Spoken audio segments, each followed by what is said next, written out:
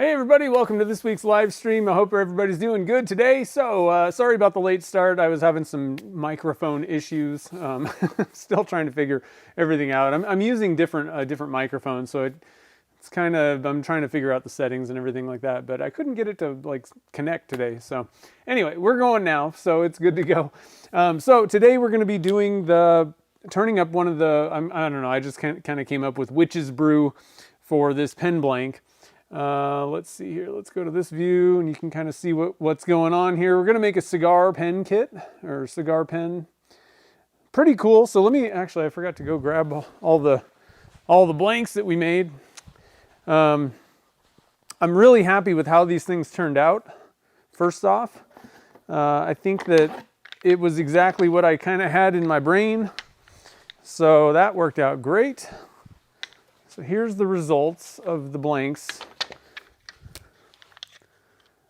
Not too shabby. I'm kind of digging it. I think you could definitely go with like the green, but the yellow kind of actually has a little bit of a green to it. We used fluorescent yellow, but overall it was exactly what I was going for, so I'm really happy about that. Hopefully it'll turn out looking good. So that's what we did. Now, last week, the first like half at least was kind of a circus, but we were trying to do some experiments with stir sticks, and the problem is, I don't know, you can't really see what's going on. Let's see here, 2, 3. I labeled all these so I wouldn't get them all messed up. Again, I'm not entirely certain that it matters.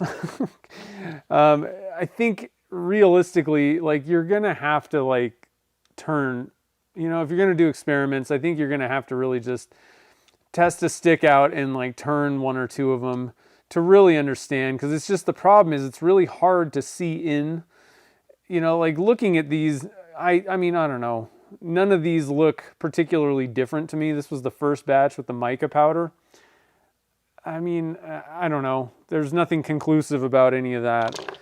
This was the second batch we did with the dye. And one thing to note is it does kind of seem like it maybe sunk a little bit. I don't know. I don't know if I poured much at the top or not. Let's see. Actually, this is the bottom. So it didn't sink. It kind of stayed a little bit separate. Now you can see a little bit more through these ones. So that's kind of an interesting thing. I must have poured a lot of clear to begin with. That's what happened there. Let me make sure I'm on camera here. So I don't know, it's a little bit more conclusive, I would almost say. But I don't know. We'd have to turn all these things to actually see what's going on. Now, one other thing that I tried on my own, and once again, it's pretty inconclusive. I tried going with one of these guys. The split cup kind of keeps the two, you know, like I put clear in one side and I put like I just put whatever, this is like a pink mica powder in the other side, and poured it down the tube. And generally these things actually, if you pour out of this kind of cup into a pipe, it keeps it separated somewhat. But once again, as you can see, once you pour it, once you like stir it up, I mean, I don't know, I can't tell what's really going on in there. One of the problems is, you know, the clear, there are areas where I can see it's clear. However, it kind of takes on the color of everything else. So it's just not very easy. Like, we definitely have to turn this up once again to see what's really going on. So unfortunately, our little experiment kind of somewhat failed. It didn't work the way that I really wanted it to. So I apologize for that. I was trying to, you know, like see if we could get some answers. Now, eventually I may decide to try and turn some of these, but frankly, none of these are particularly exciting blanks. So I think if I really wanted to do some more experiments with the mixing sticks, I think what I would do is, first I got to pay attention to this so I don't lose any of these blanks. I think what I would do is just do some experiments with real blanks, you know, turn up a couple and then see what's going on. One thing that I do want to try, and I kind of mentioned this a little while ago, this stick seems to, I don't know that it's significantly better. You know, it's got a certain diameter to it. It's you know, some size big, and it displaces a decent amount of resin. I kind of feel like having a little hook on the bottom helps. I don't know about all these other little bends that I have in there. One thing that I would like to kind of try is to, and I haven't done this yet, is to get something where it's like basically just a straight stick. So don't necessarily need to have all these little curves. Straight stick, and then have kind of a little bit of a paddle, like it's kind of flat. I'm thinking that might kind of push the resin around. And I'm kind of curious to see if you just kind of like, you know, push it down like the side of the tube, if it wouldn't displace as much. And then while you're pulling it up, you know, spin it around and see if that kind of swirls it up. I don't know. Again, I'm getting perfectly fine results the way that I'm doing it. I like to tinker with stuff though, and just see if there's a way. One of my main things is obviously just to have it like work, but consistency also. You know, that's always a big thing for me, because I'm constantly making blanks, and you know, if I can find the most consistent method of doing it, that would be kind of cool. So anyway, let's see here. Let's see, we got Mike McEwen and Vinny and Kim and Brian and David. Nice. Let's see, who else? Ken Norwood's here. Sweet. Jennifer's here. How's it going? And anybody else that I'm missing? Frederick's here. Nice. Cool.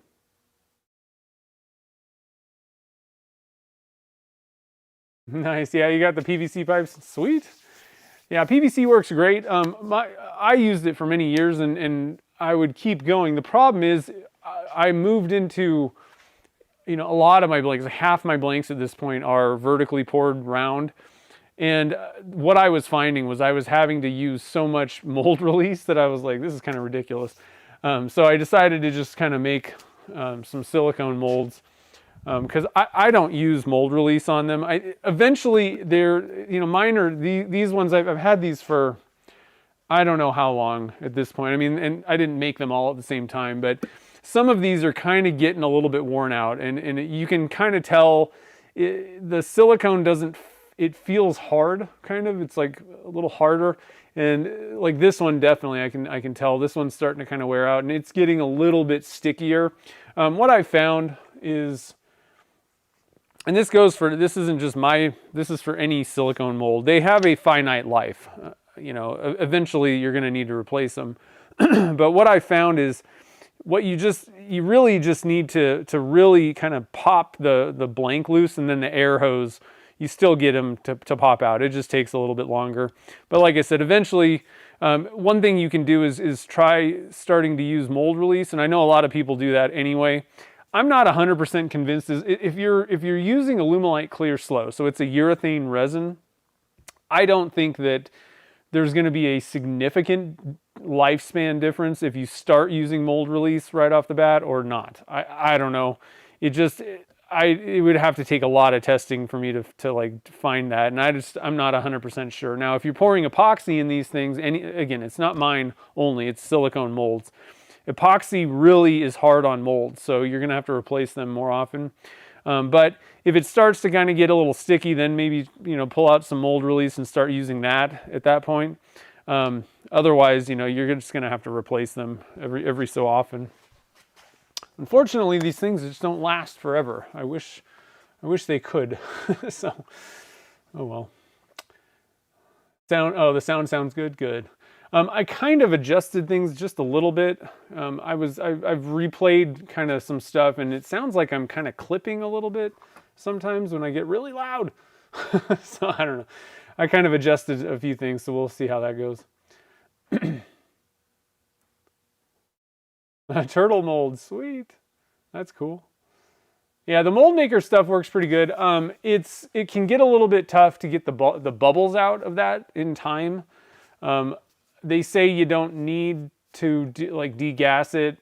If you want bubble-free molds, I would definitely degas it. Bare minimum, one tip, if you don't have a vacuum set up and you can't like degas your silicone, if you're gonna use it under pressure, so like, you know, if you're making pen blanks, most of us are all using pressure.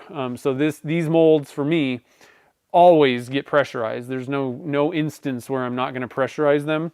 So the one thing is if you pressurize, you know, when you're making the actual silicone mold itself, if you put it under pressure while it's curing, the thing is, the way that the pressure pot works with resin, you know, your casting resins, the aluminite,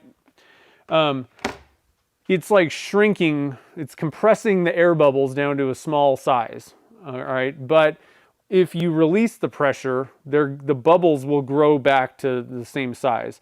The best example or the best explanation that I've heard for what happens to these bubbles is that once the liquid turns to solid, it's effectively, they're gone. They're in solution in that stuff and they're not going to come back. Now you might notice that you get some surface bubbles even when you pressurize stuff. There's like little weird kind of stuff texture on the surface. What that is like a bubble that's halfway in the resin. Those things can come back. And I don't fully understand the physics involved with what's going on, but it's effectively not completely encapsulated in the solid material, so it's not in solution on that very surface. Now for us, generally it doesn't matter, but if you're trying to cast, you know, like things that need to be an exact perfect replica, those surfaces could be a problem. But so if you're doing silicone, the problem with silicone is it's not like a full solid, like a hard material, and so bubbles, if there are any bubbles trapped in the final mold, like this, you know, right now, when you pressurize it, it's going to collapse those bubbles and it's going to deform your mold. So what I recommend is, and I do this to all of mine, I vacuum degas, then I pressurize when I'm making these, but I put it under pressure while it's curing. That way, if there are any bubbles that didn't get out, like, you know, and I'm doing everything that I possibly can with these things. I'm vacuum degassing, which literally sucks the air out. But there are some little small ones here and there, probably left when you're pouring it. But if there are any, if you're going to pressurize, now, if you're not going to pressurize your mold ever, then don't pressurize it. Okay, so I just want to make that clear. But if you are going to be pressurizing it, then I would let it cure when you're making the mold. All right, so you're making a silicone mold, pressurize it while it's curing. That way, while under pressure, those bubbles are gone. They may come back when it's not pressurized.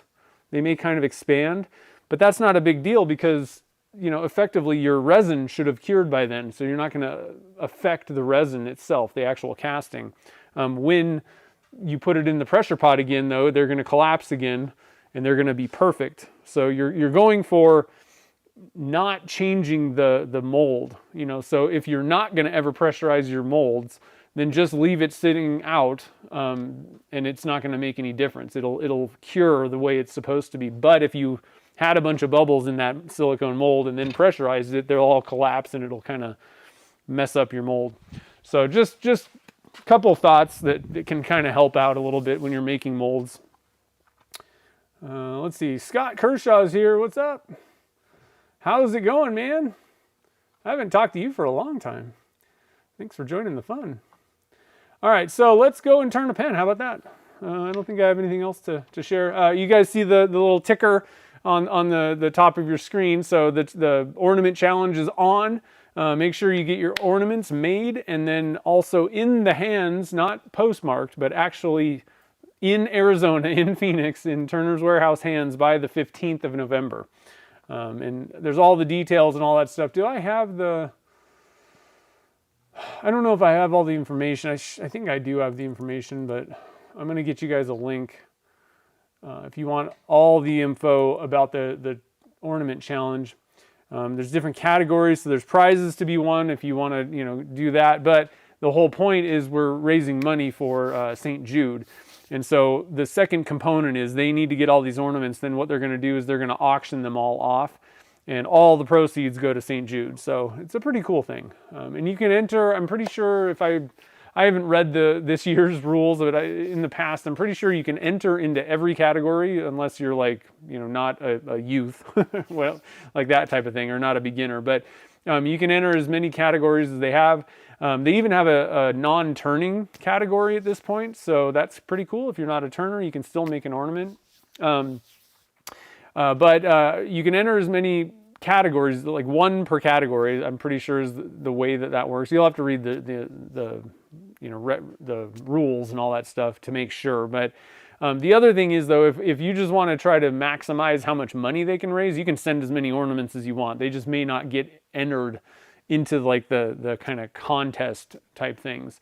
And each one of those categories, they're going to have like a unbiased panel of people. I think people from St. Jude and people from their community are going to come in and judge each, there's like a wooden one and like a resin one and whatever.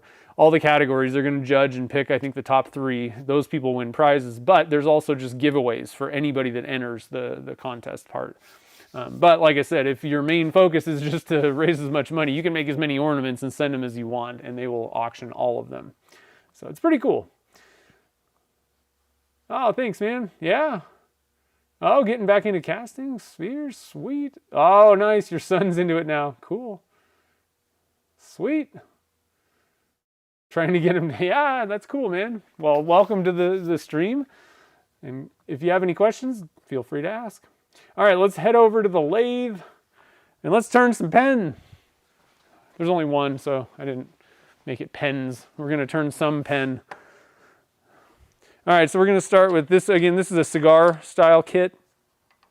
We're going to start with the front half of the pen blank. I'll get my phone open so I can see the comments. Get that there, get this little thing scooted up so we can get some dust collection going on. I'm going to turn my dust collector on, my least favorite part of the stream. But it keeps the dust out of my face and I don't have to wear a mask. All right, so I got my glasses on, spinning it up, and let's go. A little bit close there. There we go.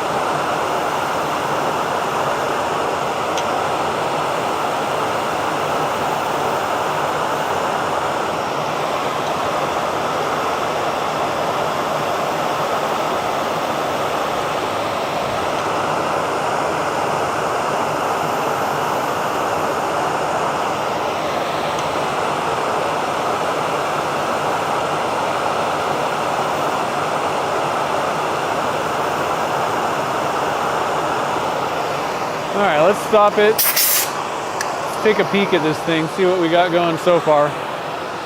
I'm gonna crack, that dust collector's sounding a little bit loud to me in my ears. Crack open another part of it. There we go.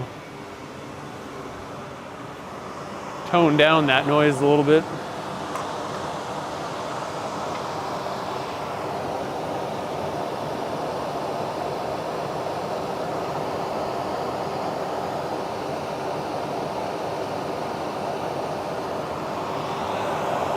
All right.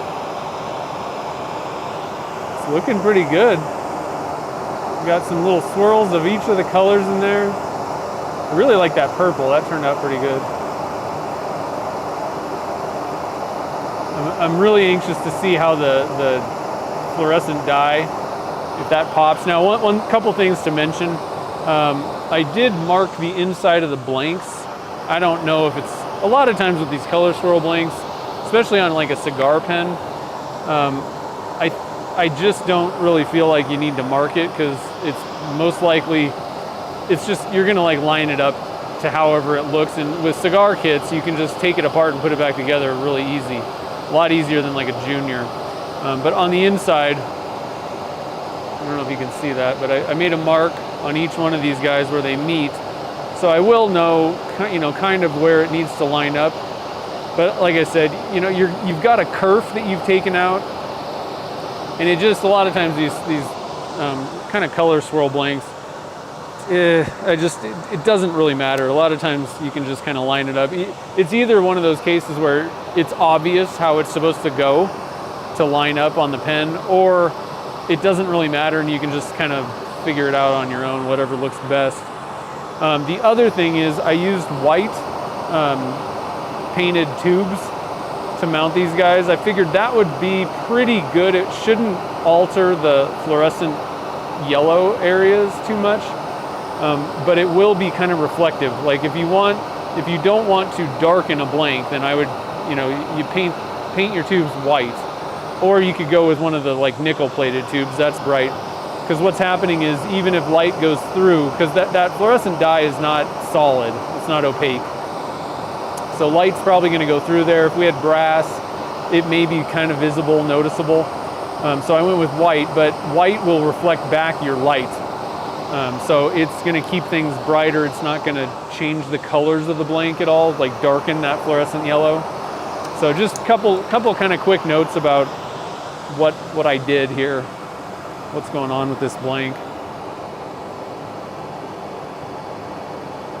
All right, so let's get you guys back in position. It's looking pretty good so far. I'm happy with the shaping so far.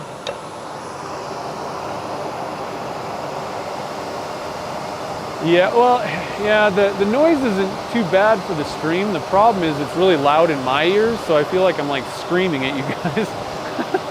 It's more like loud for me. I'm actually pretty surprised how it's not that bad, sounding on the streams, because it's pretty darn loud here.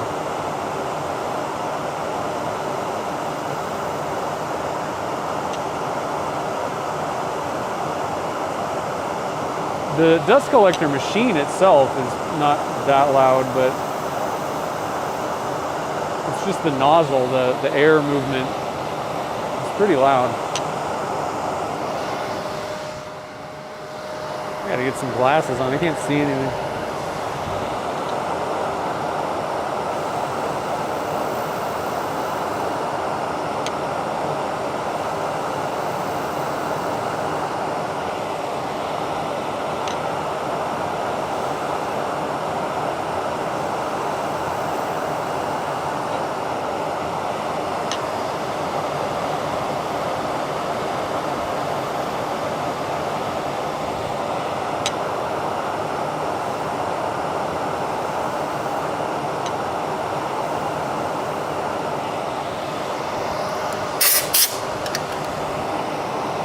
We're getting pretty close here. Still got some stuff to take off. Right at the bushings.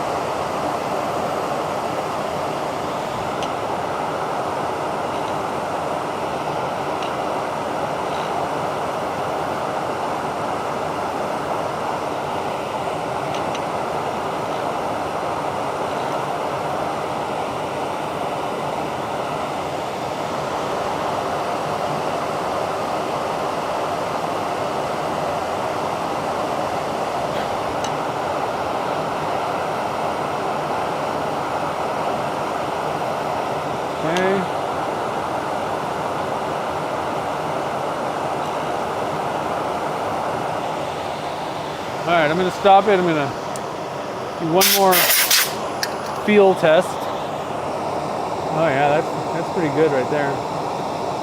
I think we're good. Now I can turn the dust collection off. We can do a little bit of sanding. So that went pretty quick. Not too shabby.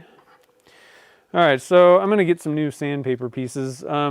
Somebody recently asked me, so you know my Alumilite clear, my team color blanks that I sell, that uses the Alumilite white resin, and sometimes people have questions about how to polish them, because the thing about Alumilite white, it's softer material, so it turns really well, but it is a little bit more difficult to polish. It's not going to be as glossy as Alumilite clear.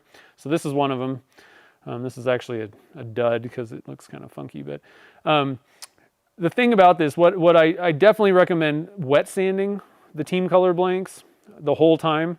And also kind of back off the pressure just a little bit. Your sandpaper is going to, because it's a softer material, it's going to take off more material than it would with Alumilite clear. So just kind of be a little bit softer with the sanding, keep it, moving, keep it wet. But other than that, I mean, I do the same exact thing. My steps are going to be exactly the same. I just take a little bit off, with the pressure. Make sure that, use a little bit lighter pressure than you probably normally would with your, clear-based resins, and everything should be pretty good. Worst case scenario, it depends on if you have a buffing setup. Buffing works really well. I personally find that I can get little minor scratches and stuff out if I buff, but I typically don't do that anymore on kit pens because the magic juice works excellent. Even if there are a couple little kind of scratches, I mean, unless you get a microscope out, it makes them disappear. You can't really see them. But the game is you just, lightly get all your tool marks out. You might even want to skip up. That's one other thing I should have thought of. If you normally start out at 400 grit, you might skip up to 600 and start there. That can also, you don't need as much a higher grit is probably going to take off plenty of actual material on those blanks. So just a couple little notes that I wanted to share. So we got some 600. I need a piece of green. And then I'm going to put some gloves on. And we had this discussion last week. I like to wear gloves because the wet sanding stuff kind of dries my hands out really bad, especially, I'm in a desert environment. And so I already have dry hands. So the water dries them out even more. Now, if you're not comfortable, don't wear normal gloves, but like nitrile gloves, I don't personally have a problem with near the lathe. This material is going to rip before it pulls me in. However, if you're not comfortable with that, then don't do that. Don't wear the gloves. You'll be fine. You could also even use maybe like an oil type of like an oil-based something. Rather than water. If it's something that you have the same issue, you don't want to dry your hands out, you could use something that has like a mineral oil as a lubricant. That might work. Kind of messy. I wouldn't really want to do that personally, but if you have no other option, then that might work for you.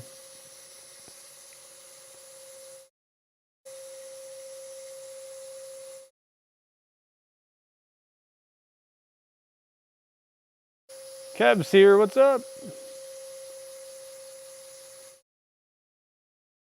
I know, the resin ribbons are so much fun. And it's even more fun when you got a dust collector because then they don't go everywhere in the shop. Although I will say, it's really quick if you use just an air nozzle to blow off the shavings, they get wrapped up. But man, that will increase how much dust is in your shop significantly. Luckily, I've got a really powerful dust collector, but if you don't, blowing dust off stuff is seriously going to increase the amount of dust that's just floating around in your shop. So an alternative is actually to grab like a toothbrush, and you can just kind of pull them off that way. It's a little slower. The air gun definitely takes care of the problem very quick, but if you want to cut down some of that dust in your shop, I would probably recommend not air nozzling the shavings off your piece. Especially on like bowls and stuff, that it gets really, it would just cover my shop when I was doing like the big Dunkin' junk projects. I would just blow it off and it would just blow it everywhere in my shop. Every surface was covered. Vertical surfaces, horizontal surfaces, lights. So be careful with the air nozzle.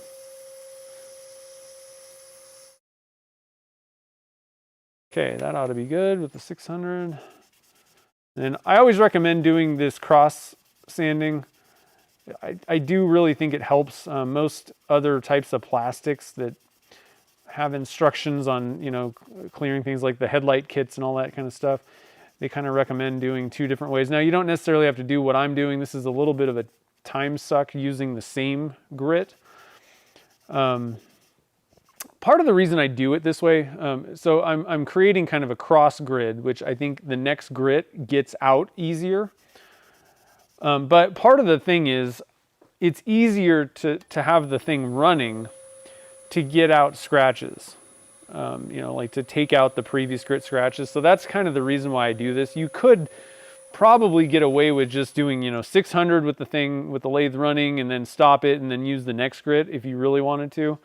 But I don't know. This always works pretty well.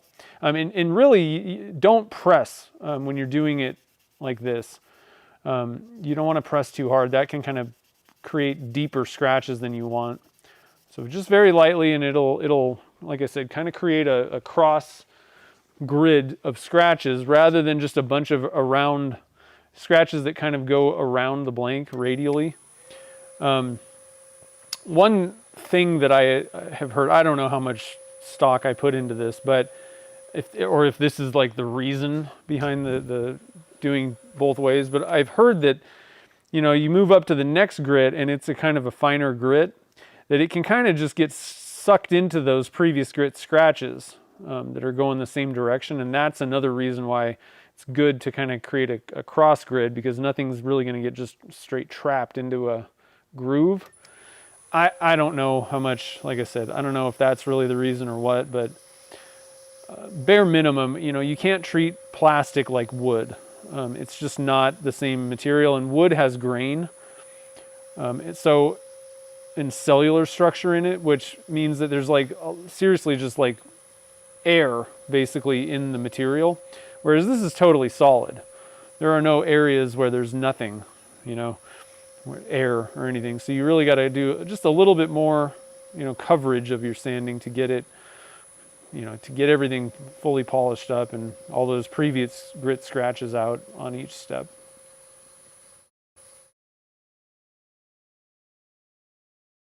Yeah, UV resin is a boon to turning, I think.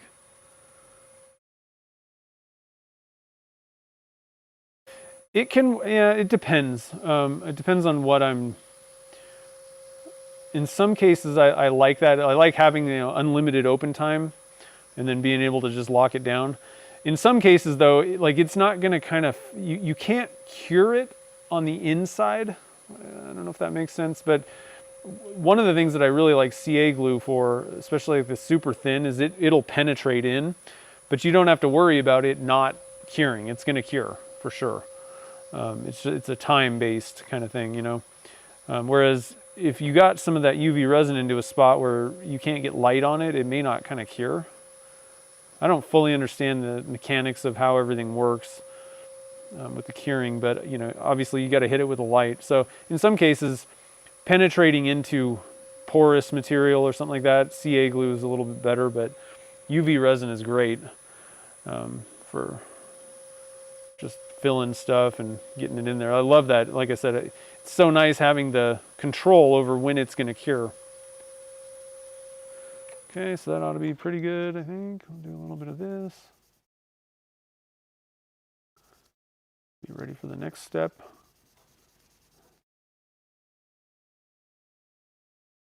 I think I need a gray too. Get a new gray piece out. I'm going to cut this in half because I don't need. Yeah, I made some really long ones. I don't know. Whatever.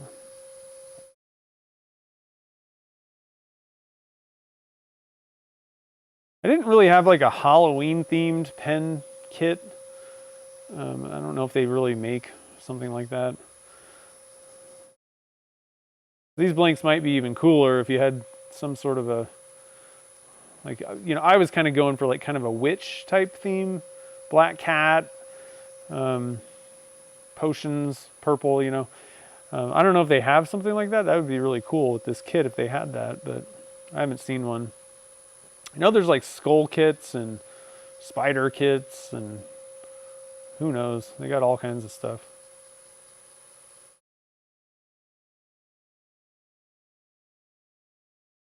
All right, I'm just going to do very light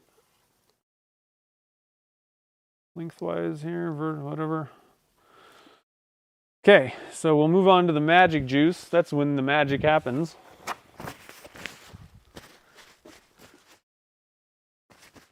So what's everybody working on in your shop this week? Did you guys see Turner's Warehouse came out with Damascus steel knife blades, like kitchen knife blades, chef's knife? I totally, the minute I saw that post on Instagram, I was up on their website ordering one. I've been waiting for them to get a kit in for a kitchen knife for, you know, our kitchen for a while. And when I saw it, I love that Damascus steel look. That's so cool. So I snagged that. Then I realized I think I haven't really made. I've kind of made like a kind of a knife type of deal, but not typical knife stuff. Like I made a hatchet, like a little mini axe, but it was all like. Actually, I didn't even make that thing. I just put a handle on it. So I don't have a lot of experience with knife making and all that, but. I think I need to get pins. I don't think it came with pins, so I'll be placing another order with Turner's Warehouse soon. They got some really cool pin material. They got, you know, just like the brass ones, but they got some really cool ones too.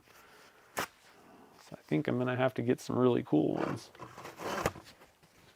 We'll see. I don't know what comes in the kit. These knives are pretty easy. I don't think there's really a whole lot to them. So if you haven't made one, it's a pretty cool project. Like anybody can do it. And this isn't one of those things where you're like making the entire blade from scratch and all that. The blade is ready, ground and shaped and all that kind of stuff. You're just pretty much just popping a handle on it, which goes well with, you know, resin casting stuff. Can make whatever. So that's going to be the thing. I don't know. Not sure. I don't have a game plan for a blank. We'll probably do the blanks on the stream. I got to come up with a plan though.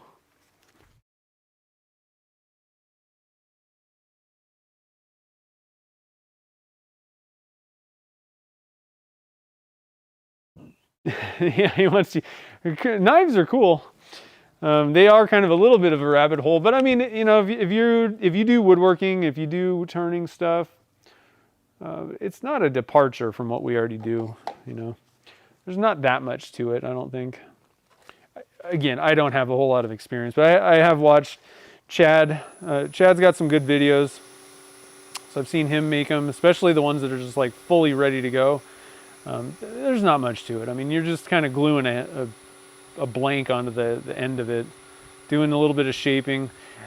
In some cases, you may need to get extra tools. Like if you don't have I kind of think you're going to really want to have like a grinder of some sort. So that might be the only kind of specialty tool. I'm not 100% sure. Depends on what you have in your shop, but you don't need like a fancy grinder and all that kind of stuff. You just need something that'll take off some material, you know, shape that handle material that you make. So, and the grinder is always good to have. You can get a cheap one at Home Depot or wherever, Harbor Freight. It'll do the job nicely. But it's it's a useful tool that you can use for a lot of other things too. All right, so step 1 in the books. The dreaded step 2. Will it suck the paper towel out of my hand this time or not? That's always the question. And if you haven't tried Magic Juice, Turner's Warehouse has a sample. I don't know what they call it, like a sample kit of it, small bottles, and it's like $15. And I highly recommend just give it a shot. This is one I don't usually. If you got a method and you're good to go, I'm usually not like, oh, you really should try this other method. Like if you got something going, then don't mess around with it necessarily. However, this is a case where like it's so cheap and it requires no additional. There's nothing to it, There's no like learning curve to it, and I kind of firmly believe that I think it works better than a lot of the other options of things out there. And a lot of people that are like die-hard micro mesh people are like, oh man, this is way better. So it's just one of those things to give it a shot for $15. Might make your life a little bit quicker, easier. You never know. Come on, step 3, let's go.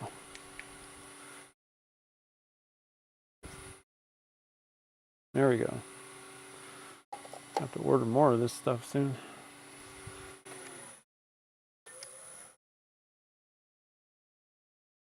Because I was diehard buffing, and I was like, yeah, I don't know. I was like super skeptical, but it surprised me. I was getting better results, faster, and it's cheaper. And I don't have to take, I was using a buffing machine, so I'd have to take the blank off of my turning lathe and go over to the buffing thing. I can just leave it where it is after sanding. So I was like, wow, the benefits actually really outweigh. I was very surprised. I was very skeptical going in. So just might be worth the $15 to check it out.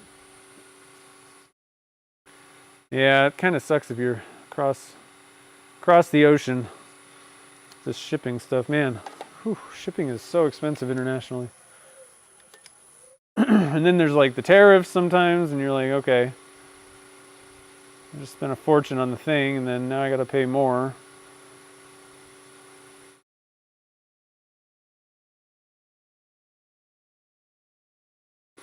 All right, so step 4 done. Move on to step 5 here.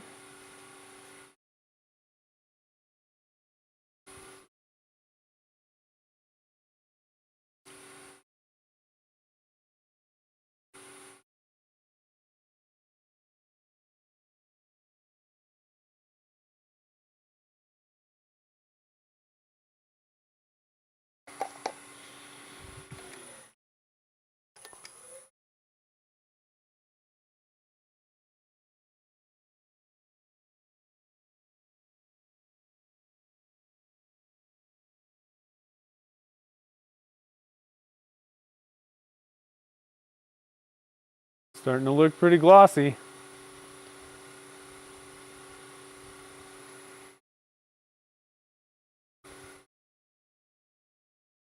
All right, step 6.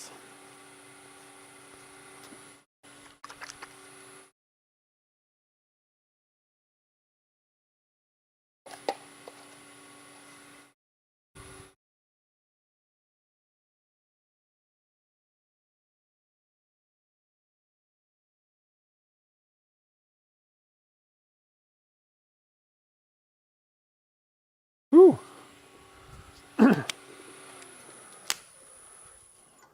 Ooh, I like that. It's looking pretty good. Let's get this camera kind of. I'm gonna just kind of drop the thing down because this is a good angle for the lighting. Ooh, I like that.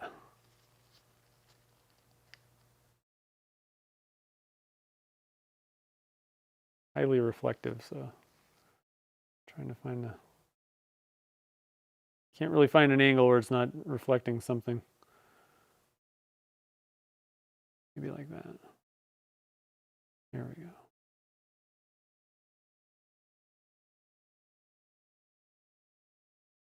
Yeah, that's looking pretty good.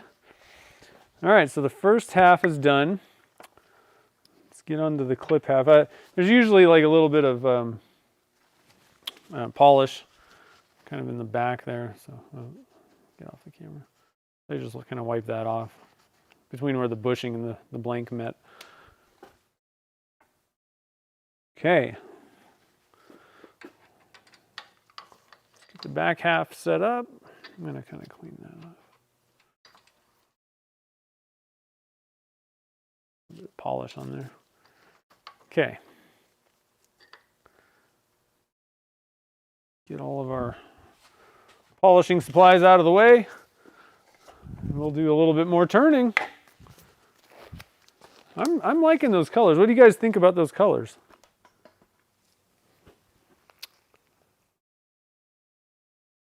What I had in my brain. Make sure I'm kind of centered here. I'll back you guys up a little bit. There we go.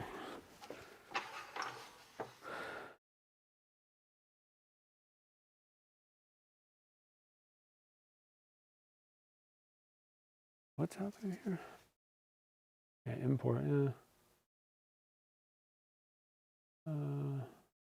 Yeah, no, I stopped using micromesh a long time ago. I mean, Zona's the same thing. It's exactly the same. It's just it's cheaper, and I find it kind of works a little bit better.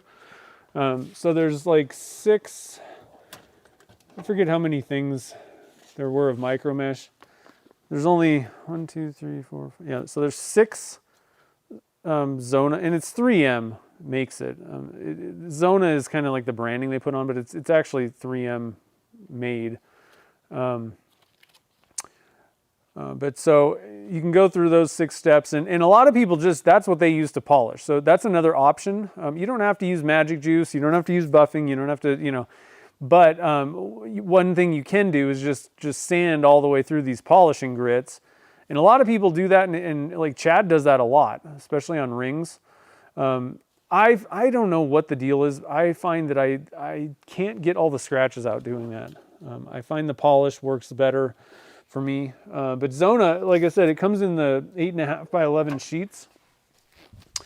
And I would rather just cut out little pieces. One of the problems I had with micromesh is I hated those like backing pad things because I couldn't feel how much pressure I was pushing, you know, on those. So I would go through those pads because I was burning them up a ton. So I just like the whole thing. That was the pads, and then I actually found Micromesh makes 8.5 by 11 sheets of it, so there's no backing pad. But the problem is they're all just gray, and there's like 8 or something, 7 or 8 grits that are all just different shades of gray. You have no clue which one you're using. And then I found Zona, and I'm like, oh, this is way better, and it was cheaper. So there's less grits to get to the same point. So it's like faster, cheaper, you know, I was like, okay. So I gave up on micromesh a long time ago.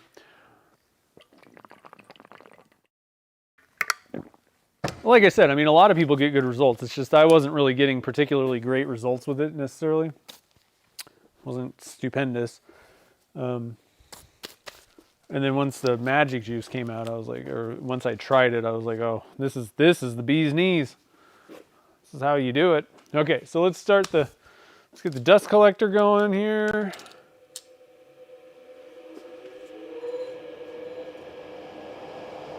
Yeah, the pads, I don't know what the deal was with the pads.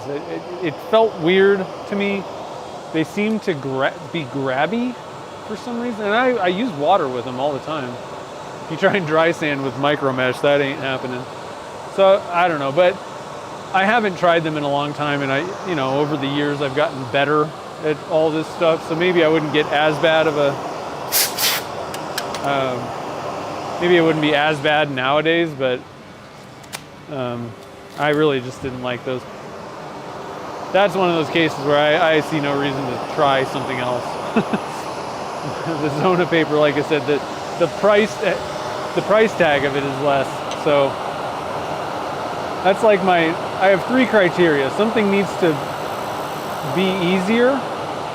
It's got to, like save me time or be an easier process, or it's got to save me money. Or it's got to just work a lot better, And if it doesn't really meet all those things, then I'm like, okay. Compared to what I'm doing already, I guess.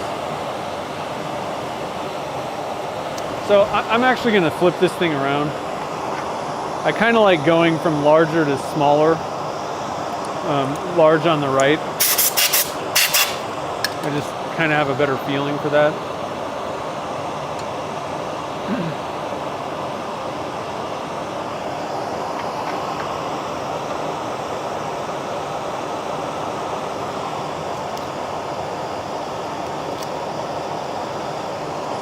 All right, here we go.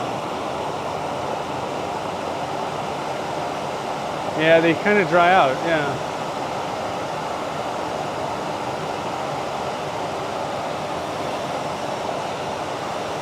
Oh, is that what we're trying to do? Get a link? Yeah, only moderators can put links. That keeps all the bots and spammers out.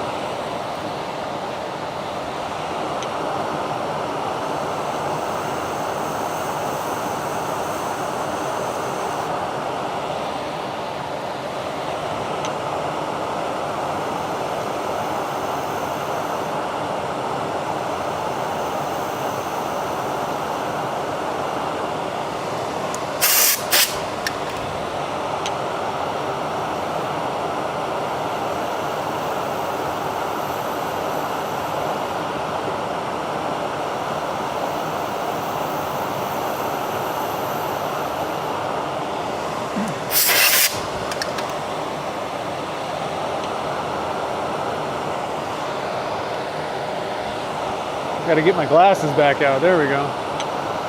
Now I can see what I'm doing.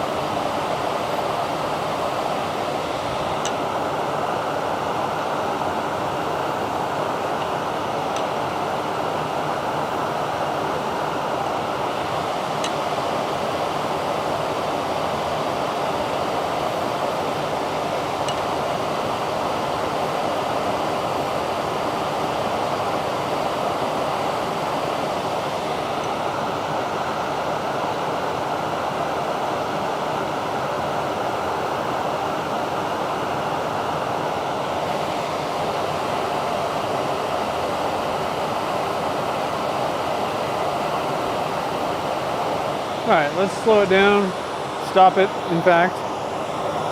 Give it the finger test here.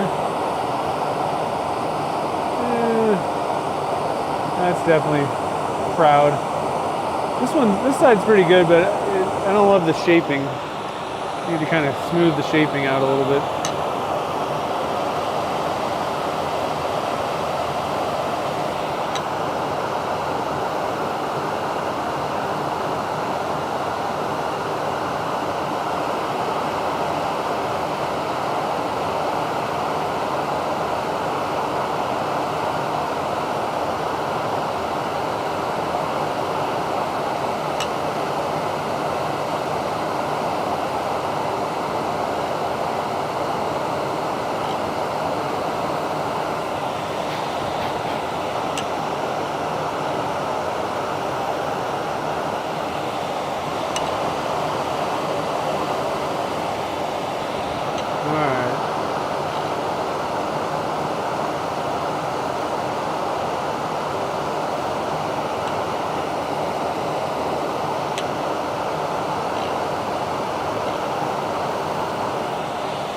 Okay, I think that's probably pretty good. Let's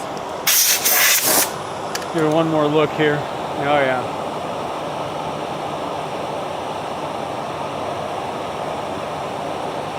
I think that's pretty good.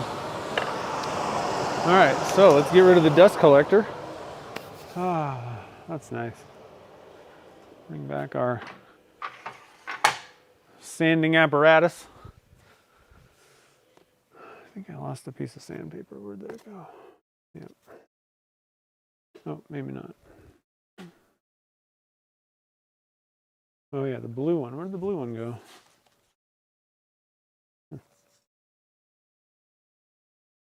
There it is. Okay. Whew.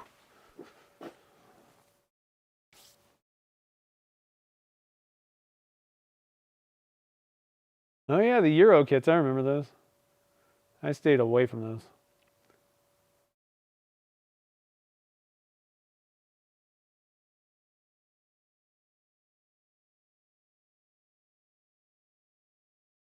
Yeah, it's tough to keep up with chats on some of the live streams. I usually kind of like pop in, say a couple things, and then just kind of watch. It's hard to just keep, you know, when chats just keep kind of scrolling by and all that. A lot of times I'm doing other things too, so I can't really kind of just totally focus on the chat.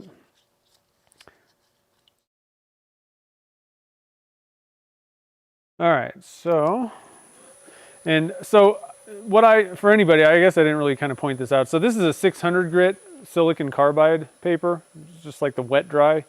You can get like the Norton or the 3M, you know, at like Home Depot or wherever.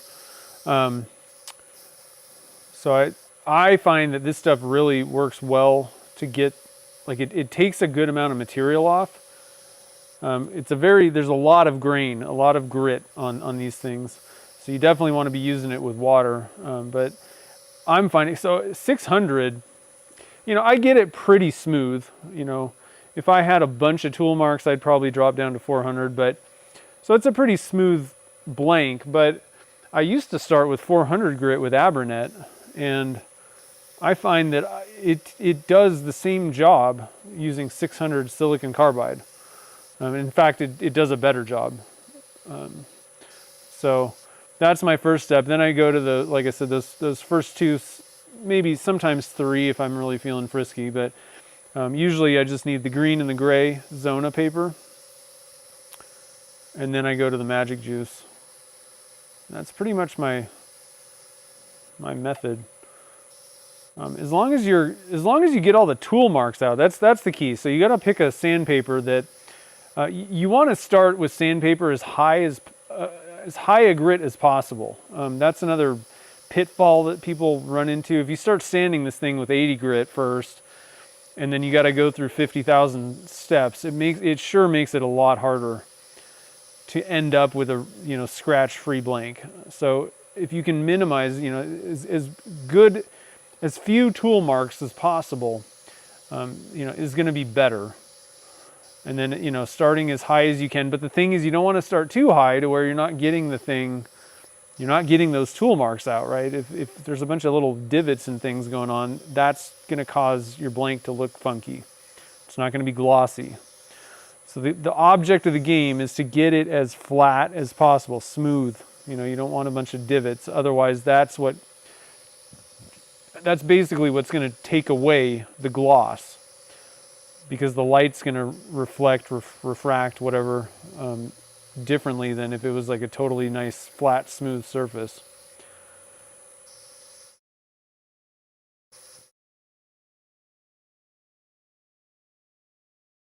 You also don't want to start with like, you know, 2000 grit and then expect to get tool marks out. You're going to stand there sanding for 3 days. So it's a balance. You got to find the right grit to start with. It's not too high, not too low. Gets the job done, but you know, doesn't overly, you don't have to do too much work with it. Then once you get it smoothed out and you get the first, I would say your first grit is probably one of the most important out of all of them. After that, all you're doing is taking out the previous grit scratches. And you can, you know, using that method where, you know, I'm doing it with the lathe on right now. It's another reason to do it the other way, you know, to stop it. Now I'm ready to do this. Now I'm going to put some sideways scratches in this.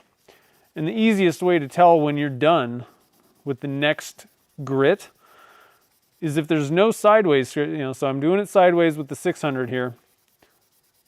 The next step, I'm going to move to the green Zona paper.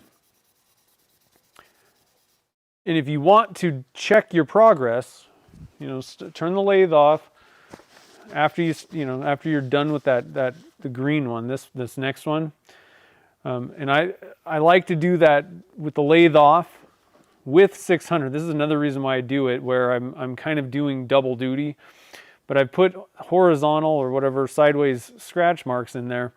Now I'm going to do the green. I haven't wiped this off, but now I'm going to do this next grit, and I'm going to go until there are no more sideways scratches. Once there's no more sideways scratches in there, you know that you've done enough with you know, the green. If you want to stop and visually inspect, that will tell you when you're done with the next grit. And if you just keep doing that all the way through, you know, once you get to the end, there shouldn't be any scratches.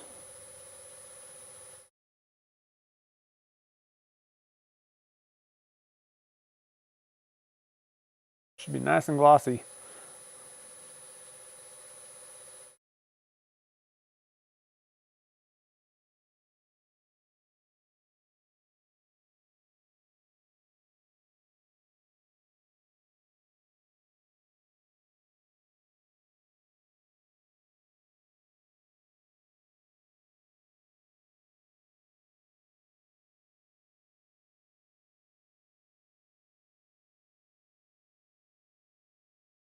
Yeah, the triple E stuff, that works pretty good. That's about the same. So it's about, you're probably looking at, like you would want to start that after the, you know, the green and the gray, probably. But it's not, I don't know, is that 2 different ones? Let's see, Ultra Shine. That's higher than the triple E.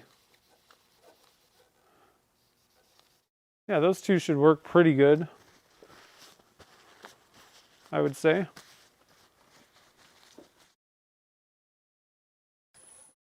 In place of magic juice. And there's other plastic polishes that you can try out. I mean, you can just literally go down to the auto store, auto parts or whatever, and look at car polishes. You know, just there's different like levels, cut levels, because that's pretty much what magic juice is. I mean, I'm kind of guessing it's pretty much the same type of thing as like a car polish. It's a lot of steps of it, but it does work pretty well on these pens. So I mean, there are differences between these products, but if it works on like a clear coat, it should work on a pen.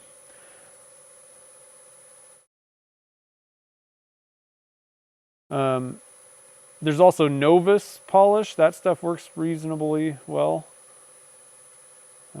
I don't think one step is great. A lot of people, there are people that really like that, but it's just, I kind of just don't think that it's going to do I think you're going to have to go to a higher grit. Like you'd have to sand through more, you know, micro mesh or Zona papers to get the same thing that you're going to get out of Magic Juice, most likely. I don't know.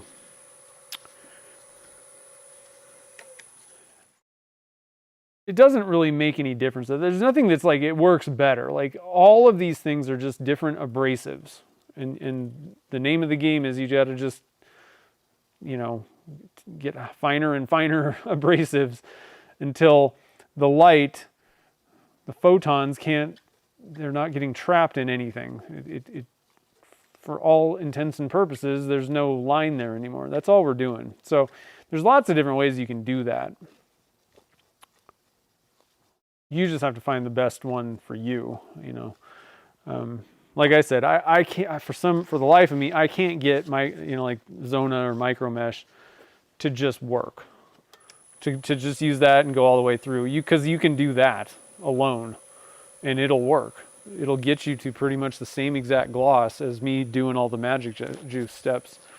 I just, for some reason, it doesn't work that well for me. Buffing worked quite well for me, but I only went to white diamond, and that's not high enough. Like you're just not going to get it.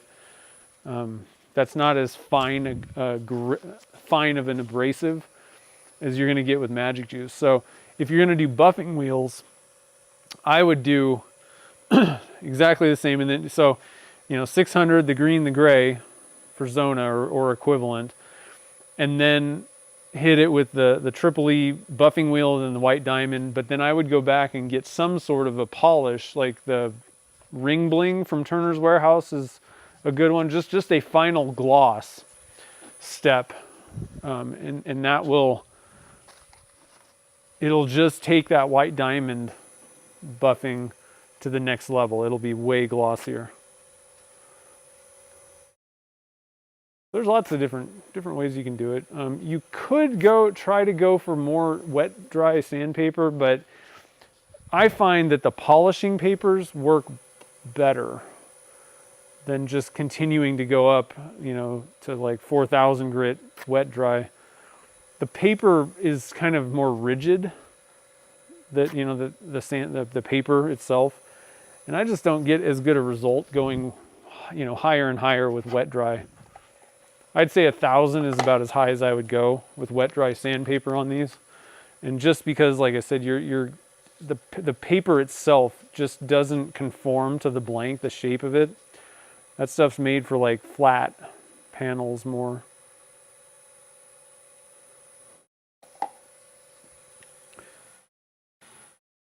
All right, step one, here we go. We're doing it.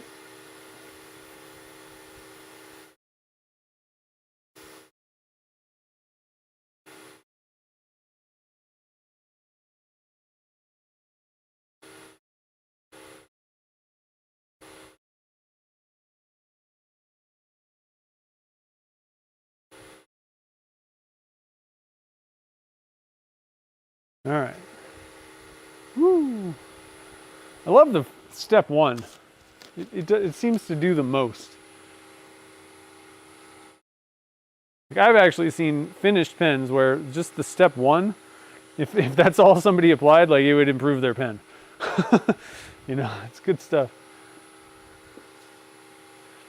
Let's see here. We got a couple.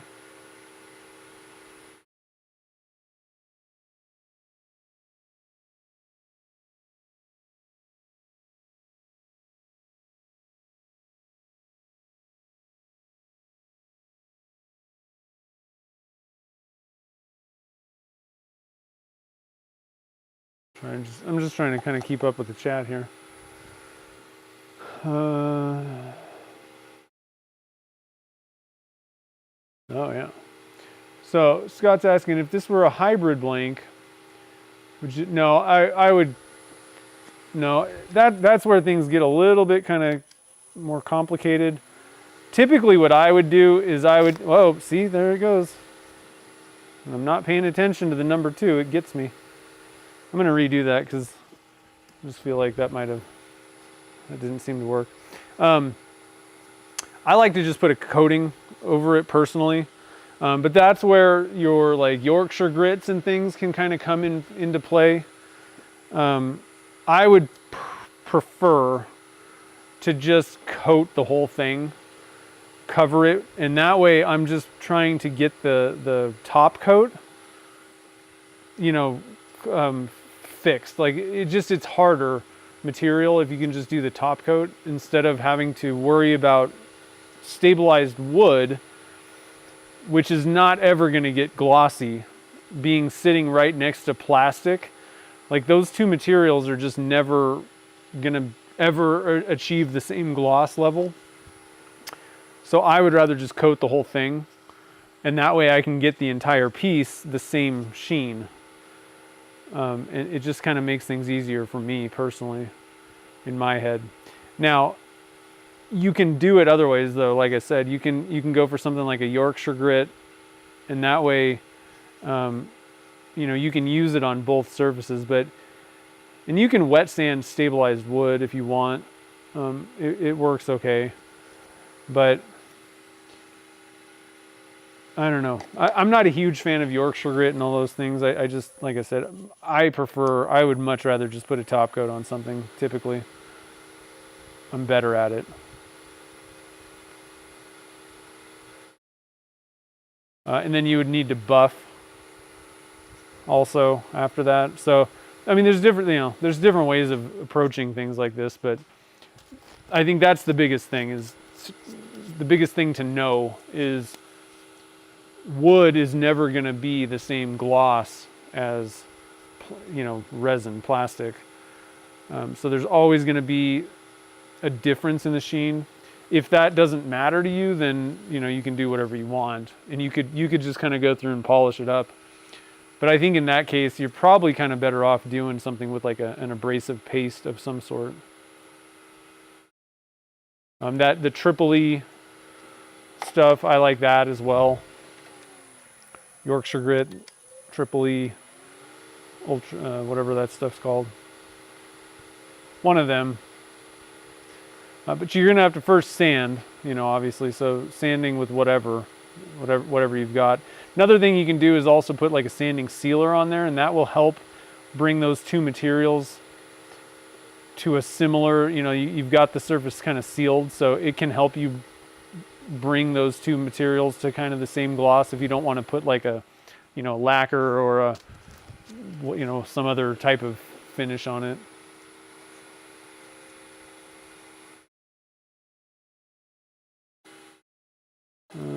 I have no clue how many steps I've done, so I might have already done 4.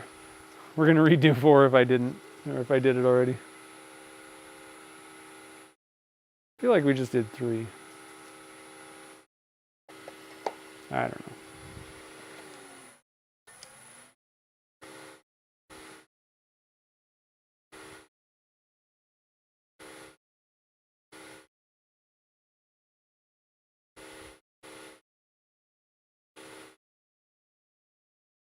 Yeah, definitely on pens. So I was kind of, you know, in my brain, I'm kind of thinking like hybrid stuff. I was actually kind of thinking like bowls and stuff. That's where things get a little bit more difficult because it's not like you're going to put a CA finish on a bowl. On a pen, I would probably just CA finish hybrid. I think that the end result, especially if you're going to try and sell them, I think having that even sheen on top of it is better.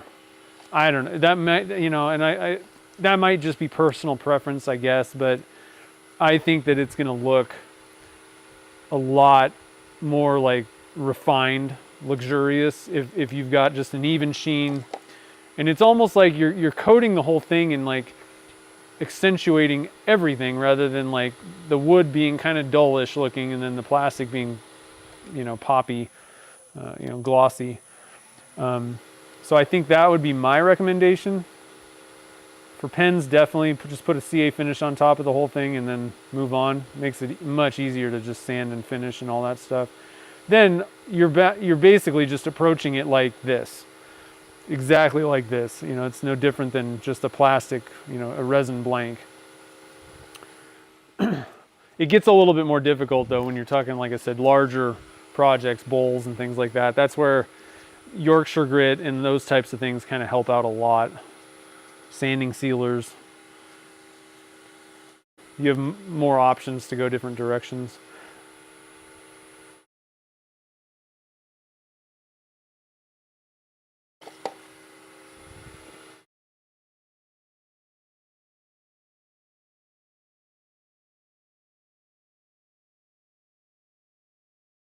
Yeah, choya I wouldn't stabilize. It doesn't really do anything.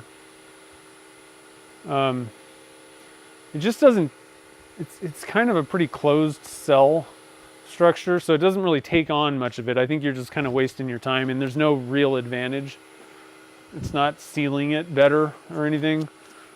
You can just, the main thing is you got to dry it out, like fully dry it out. 0% moisture content in it. But if you do that, then just cast it and turn it, it'll be fine.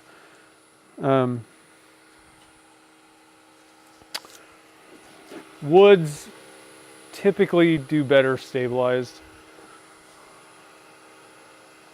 Let's see. Okay, so we're all done. Let's get the camera in here. Then we'll put it together. Ooh, good. Oh, shiny.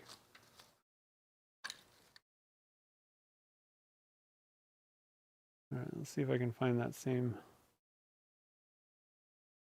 angle.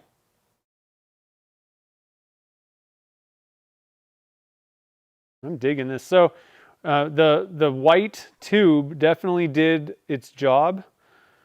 Not seeing any tube or anything. I do think that I can kind of like, there are some areas where I think that like right there, it's kind of like a little bit lighter in the green, the fluorescent yellow. And I think that if we would have had a brass tube, it would have kind of been obvious right there. So I think white is definitely the way to go for the tubes on these things. It keeps the same color. Like it's not going to make that fluorescent green dark or anything like that. Keeps it the same shade, but it covers up the tube and all that stuff. So very happy with that. Very happy indeed. All right, so I'm going to wipe off the inside of the blank here real quick. Again, the edges. Do that real quick. You just get a little bit of that, maybe water and polish and all that kind of stuff on the inside there. Gotta put my bushings away so I don't lose those. I need to clean my shop one of these days because there's just junk everywhere. Man.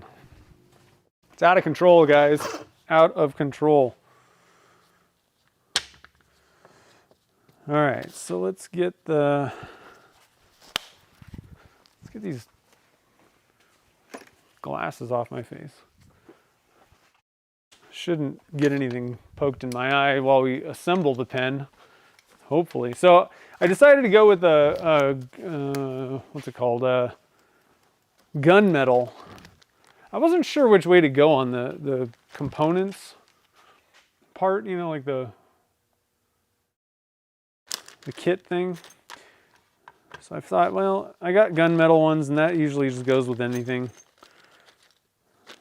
Silver probably would have been all right. I don't know. I was really kind of torn on which way to go for which kit I wanted. I think that'll look good. It'll match kind of the black parts.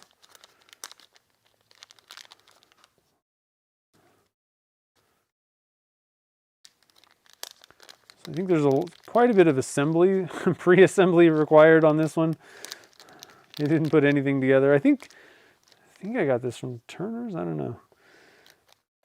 Just be aware, there may be some kits are a little bit less involved than others, let's say. So first thing, I got to put the nib parts together here. There we go. Got our nib, we got that thing. Don't need our tubes. And a little spring thing on here. I'm going to get that little nib thing off the ink. Okay, put that there. We got to put these little two pieces together. Let's see, Mike's asking, in my experience, is it necessary to put CA or similar finish on a turn blank with choice? Yeah, definitely. Anything like that, pine cones, or I think that you're better off covering up any of those things just to make sure that nothing, moisture and other stuff isn't going to get to it. It's not 100% necessary, but I think that in general, again, choy is going to be the same thing. It's not going to polish, so it's going to kind of be, it'll stand out visibly. It'll also feel a little different. Now, in some cases, it's kind of cool to have like different kind of materials for a tactile difference. So if that's what you're going for, then, that's one thing. But I think if you're just going for like the best look, I think in most cases, if you've got two different, mixed materials going on, you're typically better off going for covering it all up and having that same, same gloss and everything, same feel, and you're protecting anything that's in there. The one area where I'm not going to do that is, with 3D prints. The pinstripe, the ones that I sell, like the honeycomb blanks, the pinstripes, any of those types of things. Let's see, do I have, yeah, I got a couple finished examples. I don't think that you're going to benefit. You can kind of polish, so this is the Yankee pinstripe blank. This is the Stars and Stripes. So for all of my blanks like that have 3D printed stuff in there, the resin 3D printing especially is like pretty much the same polishing, sanding, cutting, turning, all that stuff, drilling. It feels almost exactly the same as Alumilite. So it's going to polish the same. So in that case, I'm not going to put CA finish on something like that. But choya, pine cones, wood, even if it's stabilized, it just it just looks better to me. Like I said, that maybe that's personal preference, but I think that most people will kind of agree with that. If you put two of them right next to each other, one of them having a CA finish on it and then polished, and one not, I think most people are going to choose the one that has that even sheen across the whole thing. All right, so we can do a little bit of that. But, I'd like to hear from everybody else, like frankly, I don't sell a lot of pens. So I don't know, maybe I'm a little bit kind of skewed, and that is very personal preference. Preference, did I say that right? Personal preference. For anybody that like sells pens and stuff, what do you guys think about that?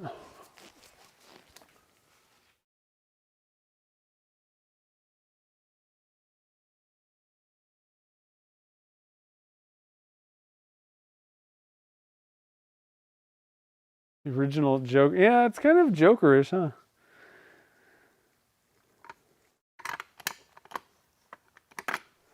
All right, so let's get this guy going here. Ooh, that's tight.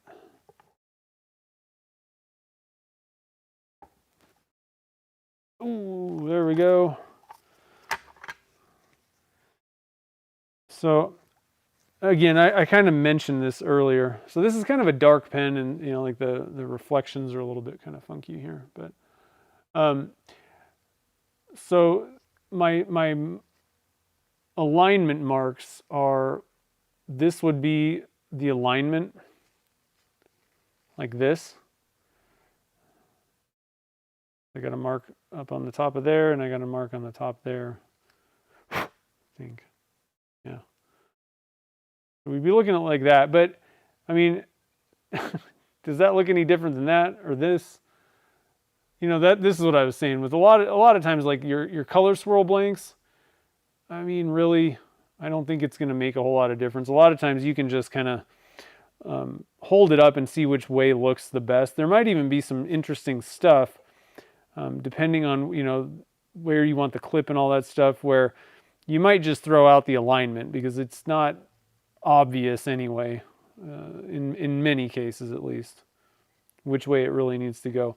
Now, if you've got like a sweeping swirl of color that, you know, a lot of times it'll just be obvious, like that's how I need to align them. But frankly, I don't even really like this alignment. Like I think that it would look better like this, personally.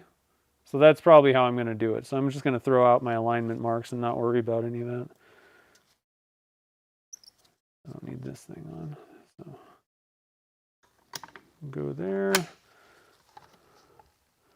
And that's another reason why I really like the cigar kits, because you don't have to like totally disassemble the pen if you didn't get that lined up right. Like you just press the two parts together, but you can just pull them straight apart again. So cigar kits are nice for that, lining things up and having a second chance if you didn't line it up right the first time.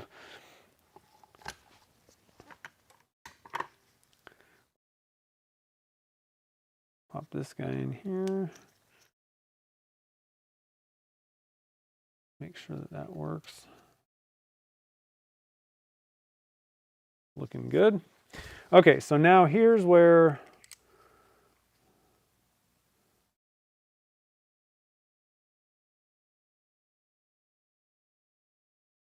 kind of a lot of black right there. I don't really like that as like the front. I really like this side having a little bit more mixture. Probably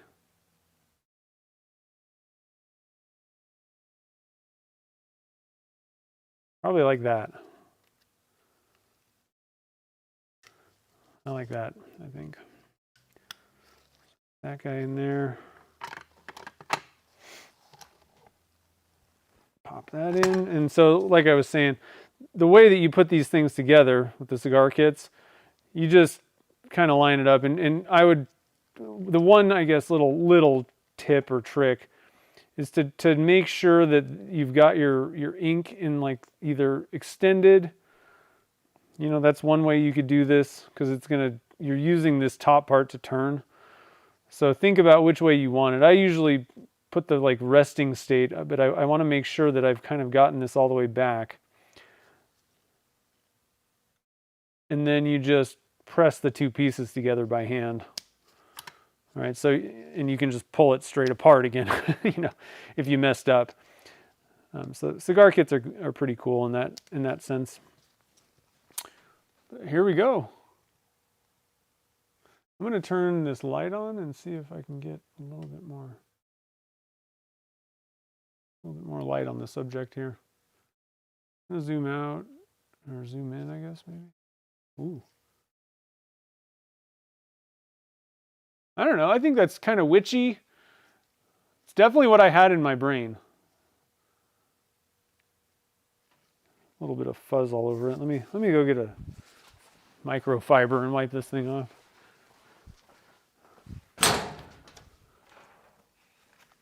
There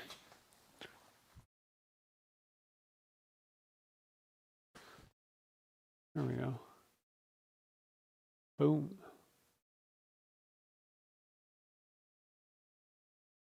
Still got fuzzes all over this thing. Jeez.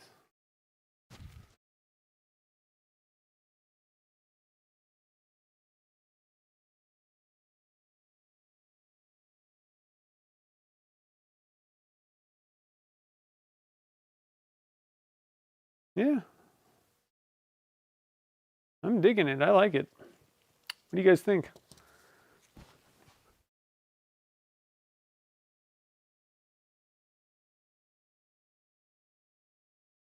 So let's see here, where are we at? There we go, the right camera. So these guys are going to go into this month's Pen Blank Club box, as well as the marble blanks. There's going to be, there's a couple different types of marble blanks, just so everybody remembers. We've got the regular marble, but then there's going to be a few, six people will be getting one of the gold and pearl kind of marble. So there's going to be 6 of those, so it'll just be random. I'm just going to toss them in boxes and stuff, but The marble blanks are also going to go in. It's kind of bright.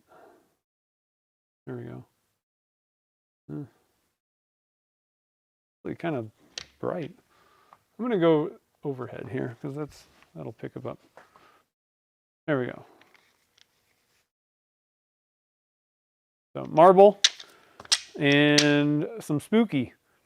So pen blank club, and there's spots open. I think there's been some issues with people that might have wanted to join the pen blank club but couldn't. Like, it said that it was like sold out. The problem I'm having is I want this is a stupid website issue, but I want to have a certain number available. But the problem is every month when it renews, then it like pulls things out of like inventory. So like it's complicated and a mess, but I'm gonna have to just kind of keep my eyes on it. But there are spots available still. It's getting pretty close to being full, but there are a few spots available if you want to join the pen blank club. And so that's what that is. It just gets you access to these blanks because most of them are not going to be going on my website, and this is the only place that you can get them, is the pen blank club. Some blanks may end up going into my inventory, but most of them are not. So here's a link to that. I think there's a link down in the description as well. If you want to join the pen blank club, it's kind of fun. You know, we just do a little bit of experimenting, and then I always try to make sure that the blanks look pretty good before I send them out. If there's something kind of wrong, I'm either going to scrap it and just come up with a better, idea on my own. Or, like especially in the case of the marble blanks, I mean, I did a bunch of tests because I was like, yeah, this one turned out pretty good. Maybe I can kind of hone it a little bit more. So I ended up actually pouring 3 different extra batches to kind of see what was going on. But that, part of that is it gives you guys also, I shared that couple of episodes ago, to kind of show like, okay, well, if you add even more mica powder, it doesn't really, it kind of takes away from the marble thing. But if you don't put enough in, it's kind of just washed out totally. So it's kind of fun. So let's see here. Is there any other questions here?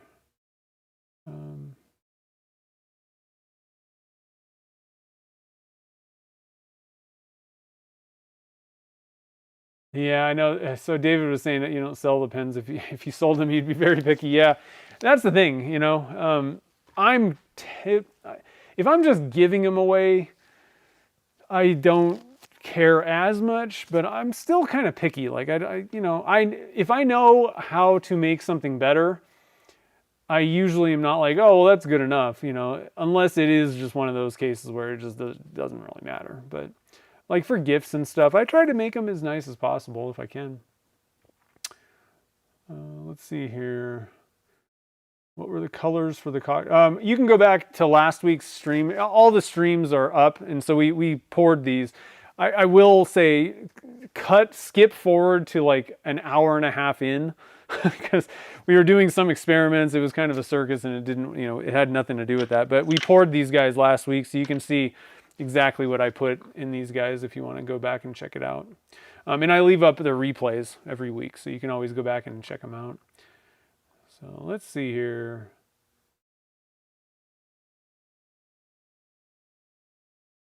Yeah, the Triple E paste stuff works pretty good. It's the same, effectively, it's the same type of thing as, what's it called? I just lost the name of it. I can see Yorkshire grit. It's the same thing as that.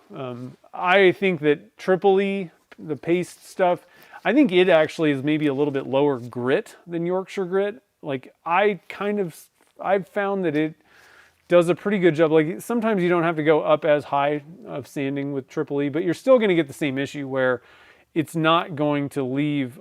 If you fully polish plastic, it's going to be significantly glossier than whatever is next to it, wood or choya or something like that, pine cones. So on the pen blank club, after 6 months, it's going to keep going. If you want to quit after the 6 months is up, then just, you can go into your account and cancel, or you can just let me know and I can go in there too. But yeah, so there's a minimum 6 months. We want to make sure that people are in there. You know, if you're going to join the monthly thing, there's a 6-month subscription minimum. Oh yeah, no problem, Scott. That's what we're here for. We got questions. Like nobody knows. I didn't know any of this stuff when I first started. So I'm always happy to share my opinions or knowledge, or both.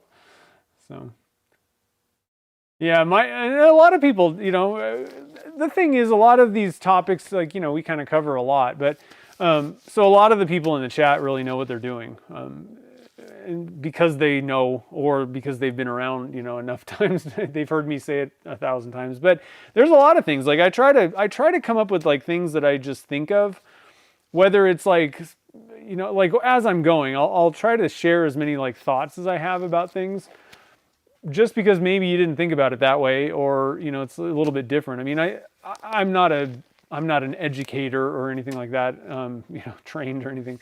But I know that when I was in certain classes, just for whatever, school or whatever, sometimes like a teacher would teach something a certain way, and like I was like, this doesn't make any sense to me. And then maybe the next year we kind of covered it again, or you go, in some cases, if it's like a technical thing like resin or turning classes, like you go see someone do it a slightly different way and they explain it just slightly differently, or mention something that you're like, oh, now it clicks. So I try to do that whenever I can, because it depends on, what you're doing, how it may apply to you, whatever your experiences. So try to share as much as possible. So anyway, guys, like I said, these guys are going to go out, I think actually in a few days, this month's Pen Blank Club will be going out. So that's pretty awesome. And then we'll have some fresh ones for next month. I'm already coming up with plans for what we can do. So next week, we're going to be back to casting on the live stream. We'll come up with something new to do. Again, that knife project is going to be a little bit down the road, because I think I needed pins and I forgot to order those. So we'll do that. We'll make some knife scales sometime. I might even get, I think I could use like the Jake blank for scales. Let's see here. I got a few different molds that we can use for that. So it'll be something kind of a little bit different. It'll be kind of cool. So anyway, guys, it'll be pretty cool. Either way, we'll have some fun. So hopefully you'll be back next week, Saturday at noon Pacific time, and we'll do something else that's kind of fun. Yeah, we'll have to. Next week, I'm going to try and get some more colors so that you guys can participate. I've been kind of taking the reins on the last couple pours. Kind of had an idea in my head of how to do things, so I just wanted to do it myself. So we'll try to get back to that, where you guys can pick some colors and have some fun, and it should be cool. So let's see here. Oh, I will say hi to Gretchen. Definitely. Let's see, I think that's about it. So anyway, guys, I hope you have a great rest of the evening. Thanks for joining the fun tonight, and I'll see you guys on the next live stream.